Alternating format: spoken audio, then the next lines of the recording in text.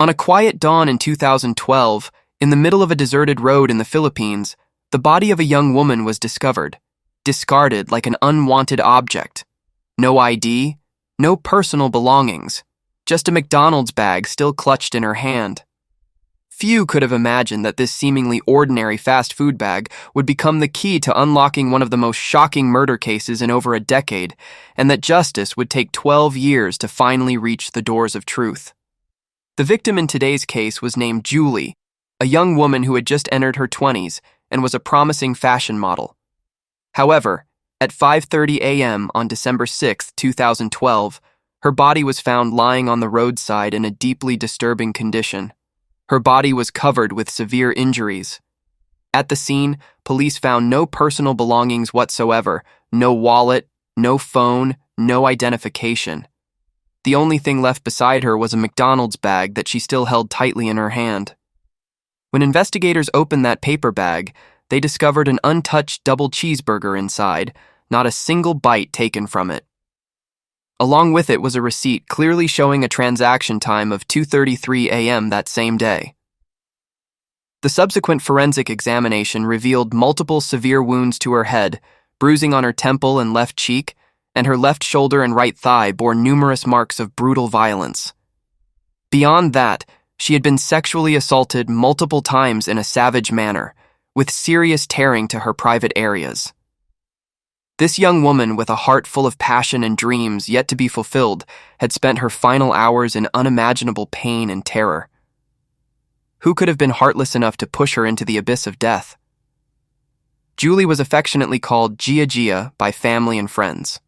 Those who knew her all described her as a girl with a lively personality who loved to talk and always carried big dreams for the future.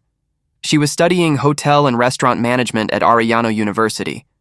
However, Gia Gia's educational path was far from smooth.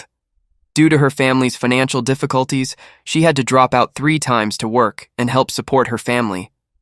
As the youngest child in the household, Gia Gia understood well the economic burden her parents were carrying, which is why she was exceptionally hardworking and put in more effort than most.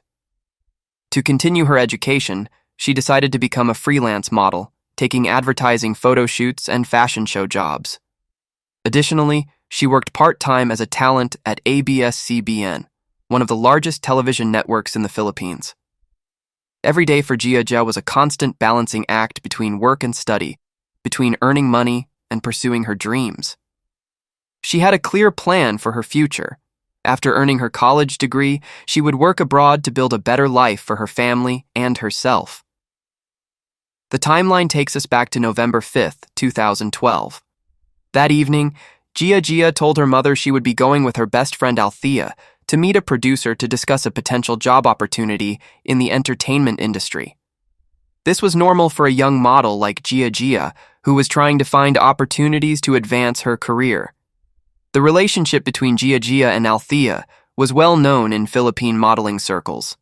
The two had been close since high school, so inseparable that people around them often called them sisters or even twins because they were always together.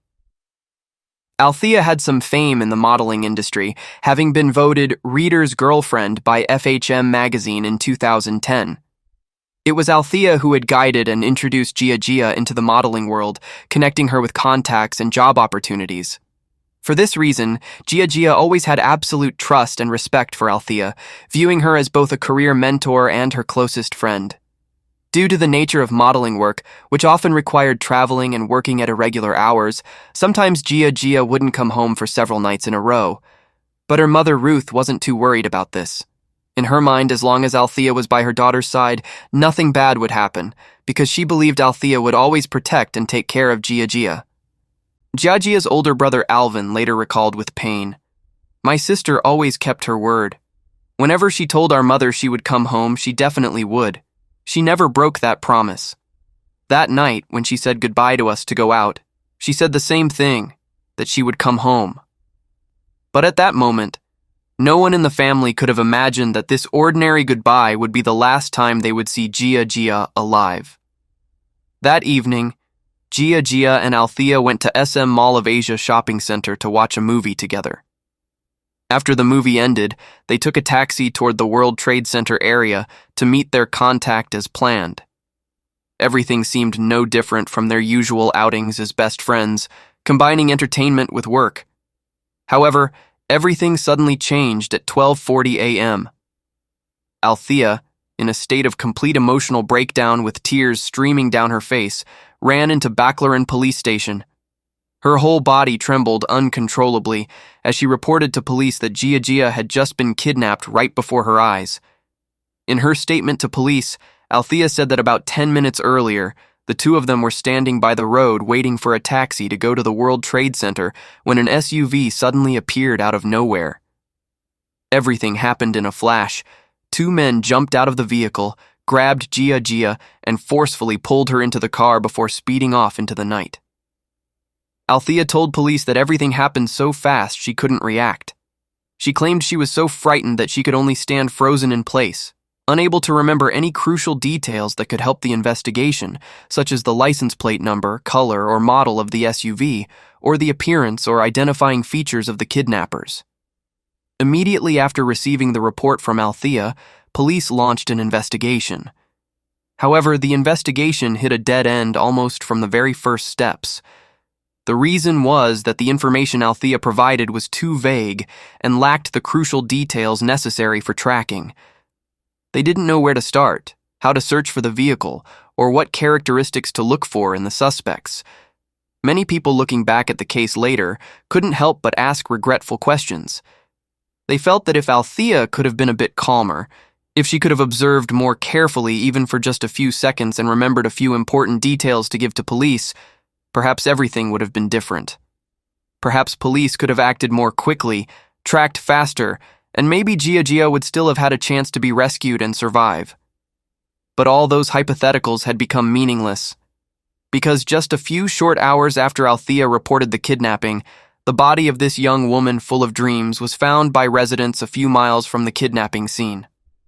However, during the investigation and evidence collection, police discovered an extremely puzzling detail, a serious contradiction that forced them to question the accuracy of Althea's statement. According to what Althea reported, Gia was kidnapped around 12:30 a.m. while the two were standing by the road waiting for a taxi. But if that were true, how could the receipt found in the McDonald's bag on her body clearly show a transaction time of 2:33 a.m.? That is, nearly 2 hours after the alleged kidnapping, someone had gone to a McDonald's to buy food, and that food ended up in Gia's hands. This made no sense. How could someone who had been kidnapped, restrained, and taken away appear at a fast food restaurant to buy a hamburger as if nothing had happened? The timestamp on the receipt completely contradicted what Althea had stated, and this inconsistency made police realize something was wrong with the story she was telling. Carrying these growing suspicions and questions, police decided to contact Althea again to conduct further questioning, requesting that she explain and clarify the contradictions in her initial statement. But what surprised the investigators was that when they tried to reach her, Althea had vanished without a trace. Her phone couldn't be connected, she wasn't at her home, and no one seemed to know where she was. When the media learned of Althea's mysterious disappearance, they went to her family to find out what was going on. Her brother stepped forward to explain to the press. He said his sister had to go into hiding because she was too frightened after what she had witnessed. According to his explanation, Althea was worried that the people who had kidnapped and killed Gia might not let her go, that they might come back for her, and she feared she would become the next victim.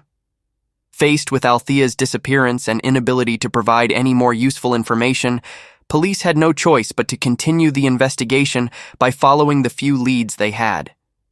Due to the serious nature of the case, the Criminal Investigation Division of the Philippine National Police officially took over and launched an investigation along two parallel tracks. The first focused on conducting an in-depth examination of the crime scene where the body was found, searching for any traces or physical evidence that might have been missed. The second was to review Althea's entire statement, cross-referencing each detail to identify inconsistencies and contradictions. During the information-gathering process, witnesses living around the area where the body was found provided some fragmented but extremely valuable information. Some residents reported hearing sounds like gunshots around 5 a.m. that morning. Another witness stated they had seen a dark-colored Mitsubishi Montero leaving the area at high speed, as if in a hurry to escape. Although the dim light prevented the witness from determining the exact color of the vehicle, they managed to remember part of the license plate, 2505. At the same time, the lead from the McDonald's bag began to pay off. Based on the receipt, police went to the McDonald's on United Nations Avenue to collect surveillance footage. The results showed that at exactly 2:33 a.m. on the day of the incident, a tall young man with tattoos had entered the store and purchased 2 double cheeseburger combo meals, perfectly matching the untouched food found in Gia's hand.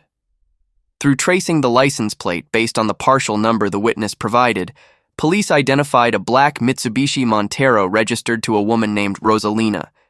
But the real breakthrough in the case came from Althia's neighbors. When police conducted an expanded investigation and questioned people living around Althia's home, they obtained extremely important information. Neighbors revealed that they frequently saw a man named Fernando driving a Mitsubishi Montero to pick up and drop off Althia. This vehicle appeared so often that the people around had become familiar with it. Immediately, police proceeded to verify this man's identity, and the results shocked them. Fernando was the son of Rosalina, the woman who owned the black Mitsubishi Montero that police had been searching for. At this point, everything began to fit together like pieces of a dark puzzle, and the credibility of Althia's statement completely collapsed.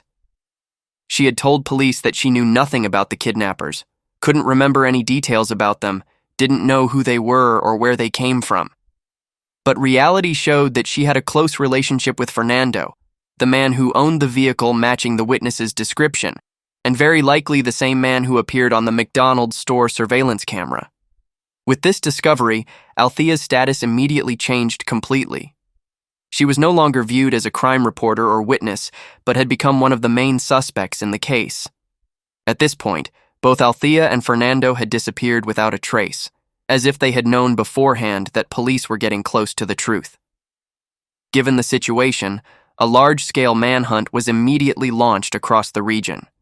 Police deployed forces to guard and closely monitor the residences of both Althia and Fernando, waiting for the moment when one of them would appear, or for any movement from their families. After many days of patient surveillance and relentless searching, the case finally received its major breakthrough.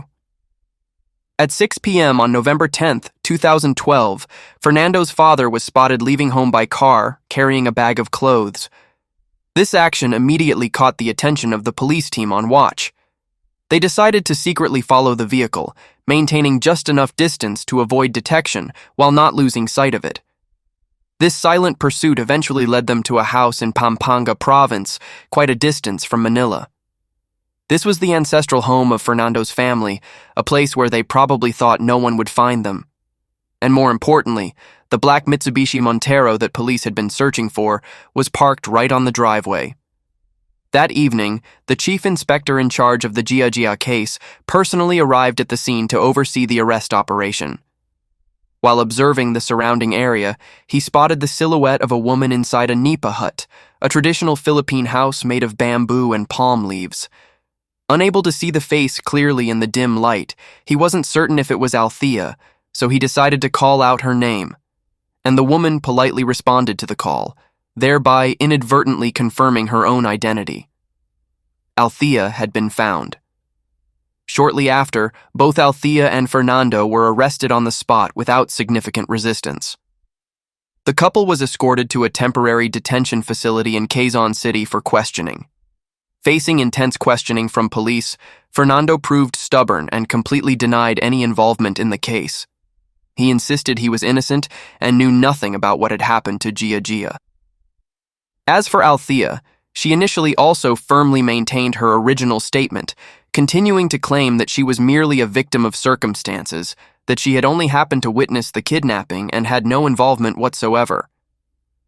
However, when investigators began placing evidence before her one by one, from the surveillance camera footage to witness statements, to the connection between Fernando and the vehicle, Althia's psychological defenses began to waver and gradually crumble. Finally, she confessed everything, revealing a terrifying conspiracy triggered by jealousy and betrayal. In her confession, Althia admitted that the friendship between her and Gia had actually fractured long before the tragedy occurred. Although in public and on social media, the two always presented an image of being as close as sisters, behind those photos together, their relationship had secretly turned hostile and tense. Althia claimed that she had devotedly helped Gia tremendously in her career, from introducing job opportunities, connecting with employers, to helping her choose appropriate outfits for photo shoots and events. Yet according to her, instead of being grateful, Gia had been bad-mouthing her behind her back to others in the industry.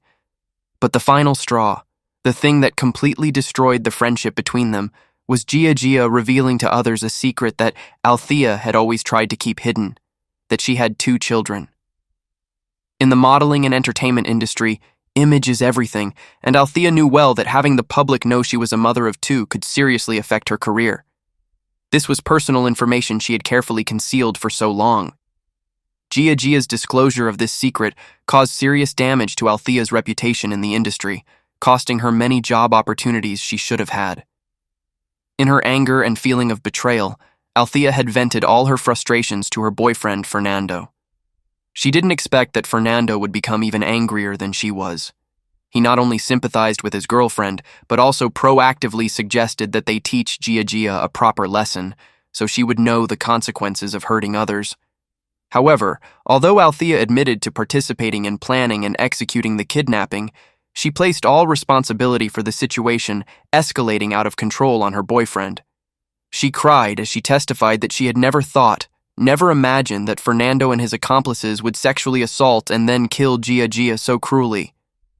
According to her, the reason she agreed to participate initially was because Fernando assured her that he had experience in such matters, that he had connections and could find professional people to help.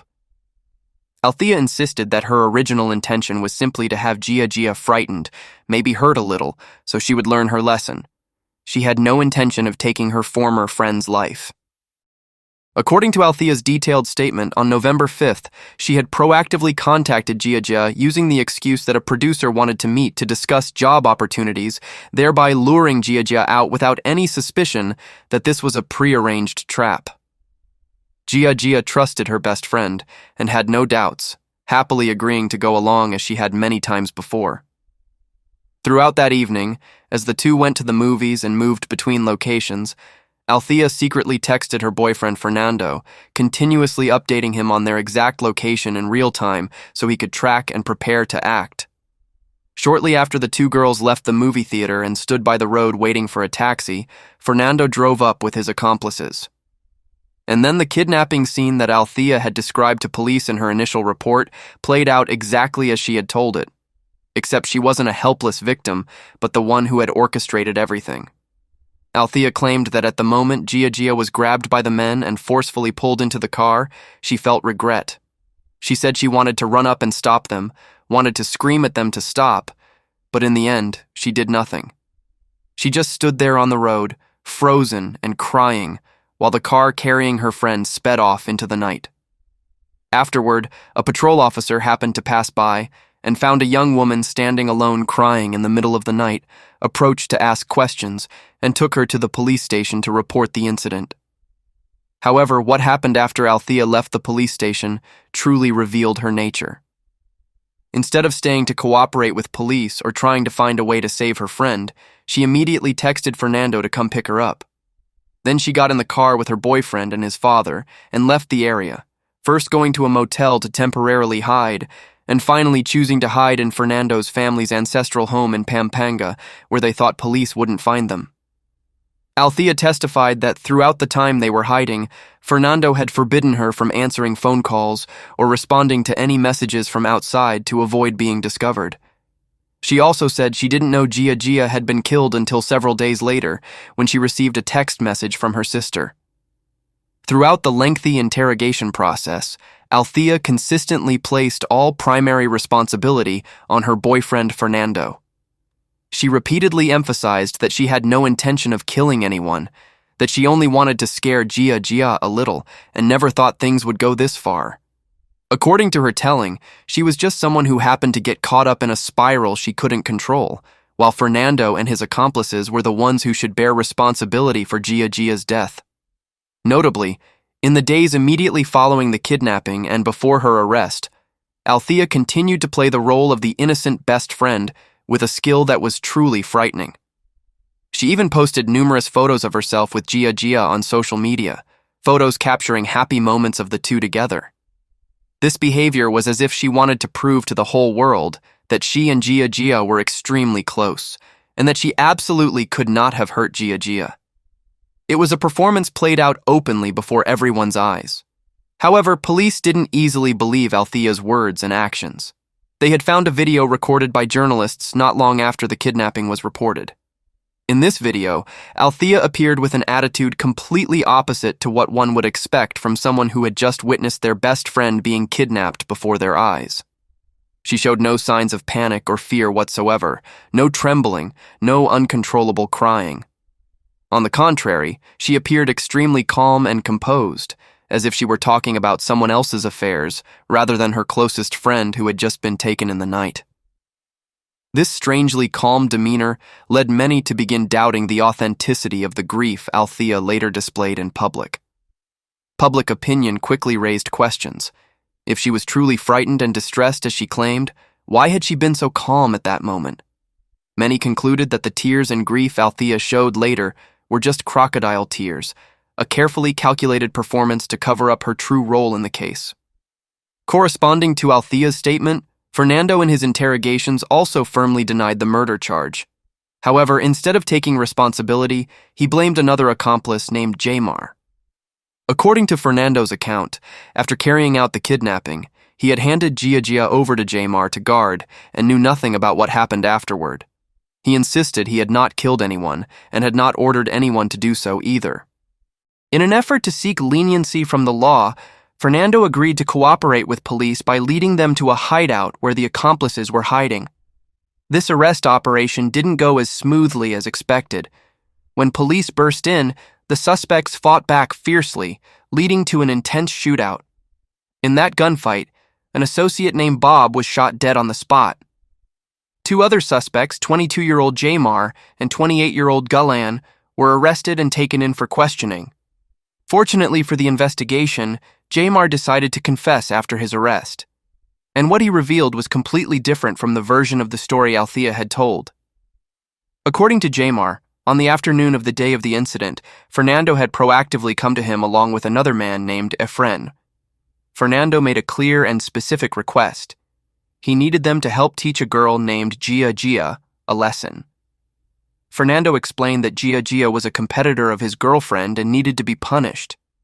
Jamar said the reason he agreed to participate was because he felt indebted to Fernando. In daily life, Fernando had helped and looked after him many times, and this was an opportunity to repay that debt. However, Jamar emphasized that he only agreed to participate in the kidnapping portion and had absolutely no knowledge of or participation in the subsequent murder.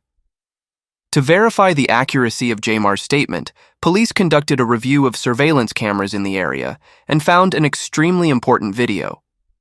This video captured images from around 8 p.m. on the day of the incident, just a few hours before Gia was kidnapped. In the video, three men, Fernando, Jamar, and Efren, were sitting together at a restaurant, calmly eating dinner, as if it were just a normal gathering between friends. About an hour after dinner, Fernando received a text from Althia reporting that the movie had ended and the two girls were preparing to leave. This was the signal they had been waiting for. Immediately, all three stood up, put on hats to cover their faces, and left the restaurant to prepare to execute the prearranged plan. In his statement, Jamar also revealed a crucial detail explaining why the plan that was originally just to teach Gia a lesson escalated into a brutal murder. According to him, the fatal turning point occurred when Gia recognized Fernando's identity during the kidnapping. That day, immediately after Gia was pulled into the car, the kidnappers blindfolded her so she couldn't see anything. Before that, they had agreed on a rule. Throughout the operation, no one was allowed to use real names to avoid being identified. However, during the drive, Jamar made a fatal mistake by accidentally calling out Fernando's name. Despite being blindfolded, Gia heard that name clearly, and she recognized it immediately. Fernando, Althia's boyfriend, whom she had met many times before. In that moment, Gia realized that her best friend was involved in this kidnapping. She became extremely frightened and began pleading repeatedly. "Fernando, I'm sorry. Fernando, I'm sorry." She begged for her life. But Fernando's reaction was the complete opposite of what Gia had hoped. When he heard Gia call his name, he flew into a rage. He turned to question Jamar with a furious tone, asking why he had dared to call out his name like that, letting the hostage know their identity. At that moment, the original purpose of just intimidating and teaching Gia a lesson was completely abandoned. The situation began to spiral out of control and head in a much darker direction. And for Gia, the fear and what she was about to face were only beginning. After traveling some distance, the kidnapping group brought Gia to a remote warehouse. Upon arrival, Efren ordered Jamar to wait outside the door to keep watch while he led Gia inside the room. Jamar didn't know exactly what was happening behind that closed door, but about 10 minutes later, Fernando received a phone call from Althia.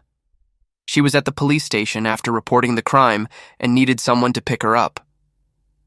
Fernando immediately left to get his girlfriend, leaving Jamar, Efren, and another man named Abdir at the warehouse to guard Gia.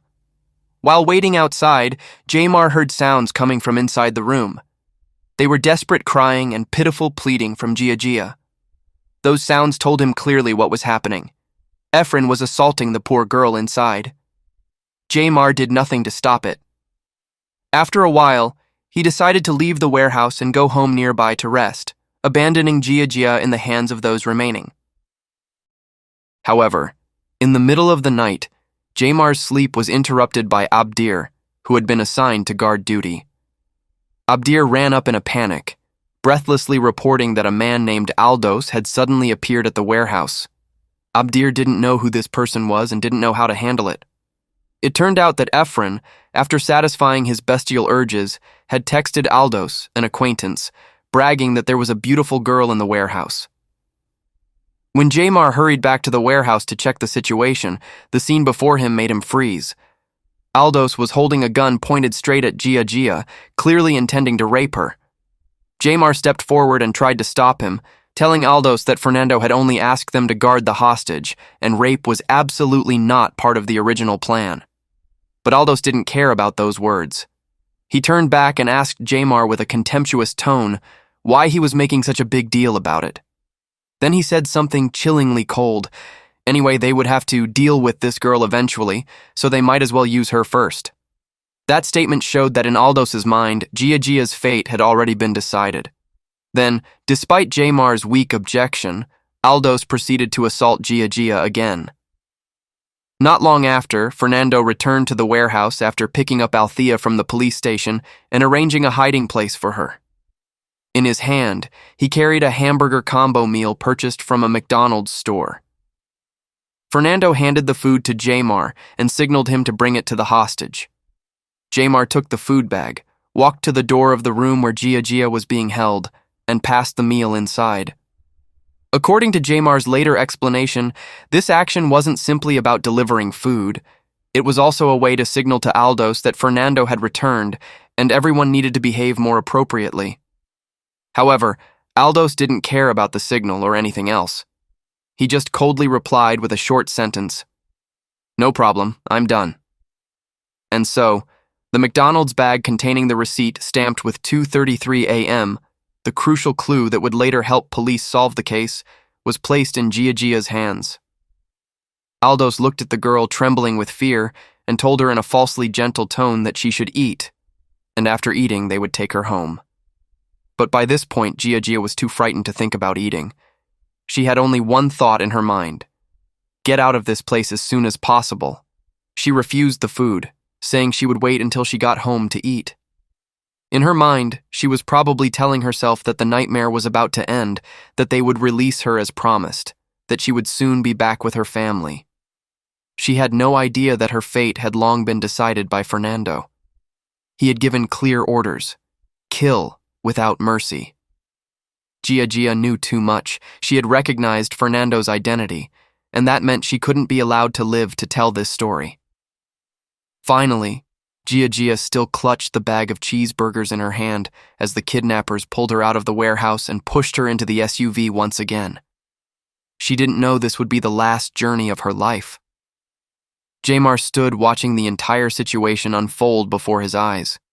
He could feel things spiraling completely out of control, heading in a direction darker than anything he had imagined when he agreed to participate. Growing increasingly uneasy and afraid, Jamar decided to leave the scene, not wanting to witness or be further implicated in what was about to happen next. Aldos later told Jamar about Gia's final minutes. While the car was moving down the road, he had pulled out his gun and fired the first shot at the girl. Then Efren continued firing several more shots to ensure she had no chance of survival. When the car stopped at a desolate location, the two killers discarded Gia's body by the roadside as if she were just a bag of trash to be disposed of. And before getting back in the car to leave, one of them turned back and fired one more shot. When Jamar learned that Gia had been shot 5 times in the head, he was too shocked to speak, only able to mumble, "That was too much." With the main suspects successively arrested and giving confessions about their roles in the case, judicial proceedings against them officially began. Althia, Fernando, Jamar, and Jalan were all formally charged with 2 serious crimes: kidnapping and murder. As for Efren and Aldos, the 2 who were still in hiding and hadn't been caught, in addition to the kidnapping and murder charges, they also faced sexual assault charges for the bestial acts they had committed against Gia. However, the path from indictment to bringing the defendants to trial was far from smooth. Instead, it was a journey filled with intense and prolonged legal battles. The legal team representing Althia and Fernando quickly filed a motion with the court, challenging the legality of police arresting their clients without a warrant. They argued that because no arrest warrant had been issued beforehand, the arrest violated the defendants' civil rights, and therefore all charges should be dismissed. However, this complaint was rejected by the Quezon City Regional Trial Court. In February 2013, the judge presiding over the case issued a clear ruling that in cases where police have sufficient evidence showing a defendant is directly connected to a serious crime, an arrest without a warrant is still considered legal under Philippine law. But the couple Althia and Fernando didn't give up easily. They continued appealing to higher courts, determined to find any way to escape the law. This legal battle dragged on year after year, with countless motions, hearings, and complex legal procedures. It wasn't until March 2022 that the Supreme Court of the Philippines finally issued its final and conclusive ruling, once again completely rejecting their request. Thus, this legal tug-of-war had lasted over 10 years before the actual trial could finally proceed. But what surprised people was that the trial process was full of twists and dramatic turns. Due to insufficient evidence, the murder charge against Galan was reduced to illegal possession of firearms. After posting 80,000 pesos, approximately $1,400 in bail, he was allowed to go home. But this brief freedom didn't last long. On June 15, 2013, while eating breakfast with his family at home, someone burst in and shot him dead. His family subsequently refused to allow police to investigate further, a highly unusual response. The case ultimately went nowhere. This added another layer of mystery to the entire Gia case. Some speculated that this shooting was meant to silence Galan permanently, preventing him from later testifying against his accomplices. But this truth can no longer be verified. Another suspect, Jamar, chose to become a cooperating witness, working with police on the investigation. He helped create sketches of the fugitive suspects Efren and Aldos. Gia's mother, after learning he hadn't participated in the murder, eventually chose to forgive him. For Gia's family, this was an agonizingly long and painful wait. Gia's brother Alvin publicly expressed multiple times his hope that all the perpetrators, especially the fugitives Efren and Aldos, would soon be brought to justice. The entire family was determined to get justice for Gia. The court originally scheduled sentencing for July 12, 2024, but the trial date was postponed multiple times. The district judge cited the case's complexity as the reason for postponing to August 23rd, then postponed again to August 27th due to having to attend an outside event. The final sentencing date was set for September 27th. These repeated delays caused strong frustration from the victim's family and the Philippine Anti-Crime and Corruption Volunteer Organization. Because of these continuous delays, they raised questions about the efficiency and fairness of the justice system. After 12 agonizing years of waiting, the Quezon City Regional Trial Court finally delivered its verdict in this closely watched case. The court confirmed that Althia had participated in planning and executing the kidnapping, ultimately convicting her of kidnapping and ordering her to pay 100,000 pesos, approximately $1,750 in compensation to the victim's family. On the other hand, the court ruled that Fernando was guilty of both murder and kidnapping.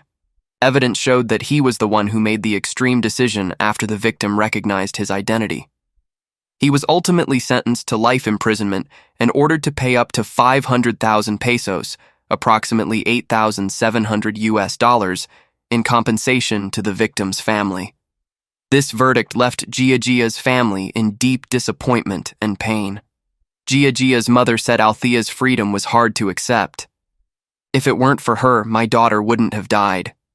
The family will continue to appeal to the court, and that is today's case. Thank you for watching, and I'll see you in the next video.